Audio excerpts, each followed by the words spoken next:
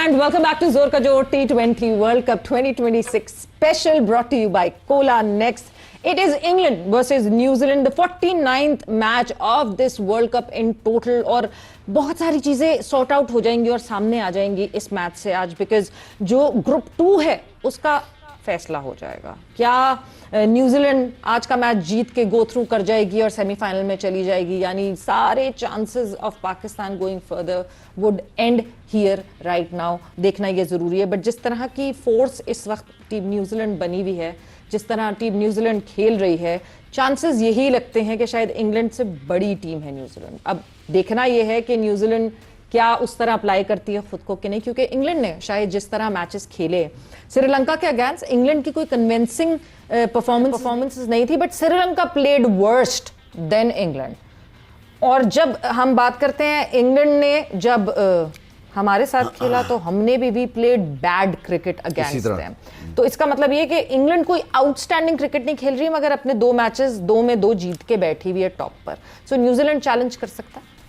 New Zealand challenge सवेरे देखिए, England की ना परफॉर्मेंसेस की अगर बात करें ना, इंग्लैंड मेरे ख्याल में कोई 1-1.5 प्लेयर ही उनका रन कर रहा है। इससे पहले जो इंग्लैंड श्रीलंका के अंदर वर्ल्ड कप से पहले जो सीरीज में खेलने गई है, मेरे ख्याल में ब्रुक्स ने इतनी रन किए हैं। इनका कोई ऐसे कंसिस्टेंट जैसे बटलर या दूसरे लड़के हैं कोई परफॉर्म नहीं कर रहा, मुझे नजर नहीं आ रहा। बॉलिंग में इनके पास जो है वो आदिल है, ठीक है ना, आदिल एक ऐसा बॉलर है, और जैसे आर्चर्ड है वो उस तरीके से बॉल नहीं कर रहा है जिस तरह वो इंजरी के बाद आया वो लड़का कर रहा है। तो बड़ा फर्क मैंने फील किया है, और मैं समझता हूँ कि इंग्लैंड की परफॉर्मेंसेस का, क्योंकि प्लेयर वो ही हैं जी, प्लेयर्स ऑलमोस्ट वही हैं इनके, लेकिन उस तरह परफॉर्मर या उस तरह मैच विनिंग परफॉर्मेंसेस किसी की तरफ से नजर नहीं आ रही कप्तान की लास्ट इनिंग के अलावा। बाकी न्यूजीलैंड का अगर देखा जाए तो न्यूजीलैंड, साउथ अफ्रीका, ये 2 टीमें, इंडिया, ये हर लिहाज से बड़ी ज़बरदस्त मुझे बैलेंस नज़र आती है, क्योंकि आपके पास ओपनर भी तगड़े हैं, मिडिल ऑर्डर भी अच्छा है, फिर इस फास्ट बॉलर का तो नहीं कहूंगा, लेकिन स्पिनिंग कॉम्बिनेशन बहुत ज़बरदस्त है। जो बड़े खब्बा स्पिनर भी हैं या लेग स्पिनर भी हैं, उनके अंदर जो वेरिएशंस मैंने देखी है ना वो बहुत ज़बरदस्त देखी है। स्पिन बॉलिंग को मैं बहुत इंजॉय कर रहा हूँ इन मैचेस में। तो न्यूजीलैंड हर लिहाज से वेल बैलेंस्ड टीम है इस वक्त। बिल्कुल टीम वर्क की जब हम बात करते हैं तो आसिफ साहब के टीम वर्क, जिस तरह इंग्लैंड की बात की शाहिद दें कि वहां इंडिविजुअल परफॉर्मेंस दिख रहे हैं, एक कोई बड़ी इनिंग खेल कर जा रहा है तो वो रन्स बन जाते हैं, रन्स ऑन दी बोर्ड आ जाते हैं एंड देन बॉलर्स कर लेते हैं। न्यूजीलैंड में सब चिप इन कर रहे हैं, कोई 3 से 4 प्लेयर्स हैं लगातार जो चिप इन करते हुए दिख रहे हैं, आपको टीम की तरह न्यूजीलैंड खेलती हुई दिख रही है। Maybe that could be an edge for New Zealand, मगर जाहिर सी बात है as Pakistani team supporter we would want कि आज वो सब चिप इन ना करें और इंग्लैंड जो है वो जीत जाए। जी हाँ, दुआ तो यही कर रहे हैं, और जब से दुआ ही किए जा रहे हैं हम लोग, मगर अल्लाह को पता नहीं क्या मंजूर है, और आई होप कि ये दुआ हमारी शायद पूरी हो जाए हम लोग। लेकिन अगर आप मवाजना करें तो बिल्कुल ठीक कह रहा है शाहिद भी, और आपने भी बात सही की कि देखिए वो लोग इतनी ज़बरदस्त स्पिन में भी हैं और पेसर्स में भी उनके पास हैं, और फिर लोअर ऑर्डर में इतनी ज़बरदस्त बैटिंग उनकी चल रही है कि वो ठीक बात है कि इंग्लैंड के 1-2 प्लेयर ही जो है वो कर रहे हैं, और उसके बाद जो है वो अपर हैंड बिल्कुल जो है न्यूजीलैंड का है। और मैं समझता हूँ कि अपर हैंड का मतलब ही ये होता है कि चांसेस उन्हीं के जीतने के होते हैं, बट देखना है कि आज के दिन कैसा खेलते हैं। लेकिन ये अपने आप को चेंज करते रहते हैं ना, उस लिहाज से आप देखें जैसे कि आपने अभी बटलर की बात की, इन लोगों से रन्स नहीं हो रहे हैं किसी से।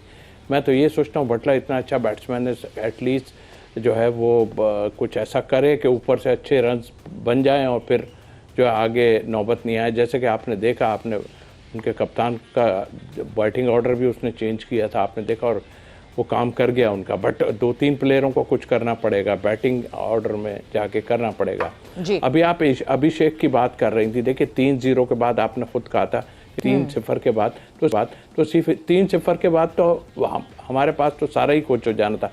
वो कॉन्फिडेंस देते हैं, हम कॉन्फिडेंस नहीं देते, हम कॉन्फिडेंस ख़राब करते हैं लोगों का, बैटिंग ऑर्डर चेंज कर देते हैं, कभी कुछ कर देते हैं। तो मेरा ख्याल है कि कॉन्फिडेंस मेन है और उसको भी फिक्र होगी, लेकिन 3-0 के बाद तो उसकी जगह नहीं बनती, इतने प्लेयर उनके पास जो हैं मौजूद हैं। तो आई थिंक मेरा ख्याल है जितनी टीमें हैं 4-5 जो आ रही हैं टॉप पे, इसमें देखिए एसोसिएट या फिर जिम्बाब्वे की अगर मैं बात करूं, इस दफ़ा मैंने देखा इम्प्रूवमेंट तो उन लोगों ने बहुत की है, ठीक है कोई, लेकिन हम नीचे जा रहे हैं बजाय ऊपर जाने के, हम नीचे की तरफ जा रहे हैं। तौसीफ साहब, तो I आपने think मेरा जगह ख्याल ये अभिषेक जो शर्मा मैच की होगा, 3 जीरोस के बाद जगह नहीं बनती। सूर्या कुमार यादव ने स्पेशली एक बहुत इंपॉर्टेंट बात की थी प्रेस कॉन्फ्रेंस में कि हमें अभिषेक ने पिछले कुछ दिनों में बहुत मैचेस जितवाए हैं, बहुत सीरीज हमारे जो है नाम हुई अभिषेक की वजह से। उस वक्त वो हमें सपोर्ट कर रहा था, इस वक्त हमारा टाइम है सपोर्ट करने का।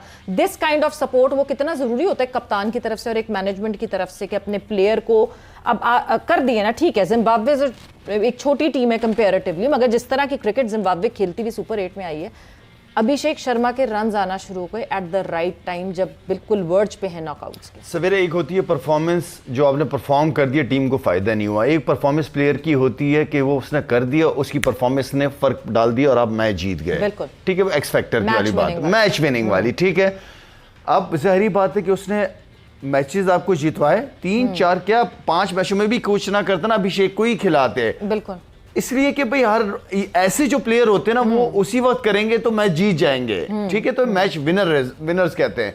हमारे वाले तो आधे तीतर आधे बटेर के साथ साथ एक कंटिन्यू 30-35-40 नहीं यहाँ टैलेंटेड है, वो बीच में एक 40-35-50 कर देगा। देखा ना बहुत टैलेंटेड है, नहीं यार टैलेंटेड है खिलाओ, ये भी कर लेता है यार, ये भी कर, वो भाई जो उसका काम है पहले वो तो ले लो ना उससे। टैलेंट नेट में दिख रहा है सारा, नेट में ना 40-50 हम जब किसी को चांस देते हैं, इतना लंबा चांस देते हैं, खिलाने से पहले हम सईद अनवर बना देते हैं, किसी को इंजमाम उल हक बना देते हैं, किसी को फ्यूचर का कप्तान बना देते हैं, वो भी टीम में ही नजर नहीं आते। हमारे भी तो हम भी तो अफरीन लोग हैं। वक्त का मुकाबला फ्यूचर के कप्तान वाली मैं बात जरा भूल जाऊंगी, इसलिए मैं आपसे जल्दी से पूछ लूं।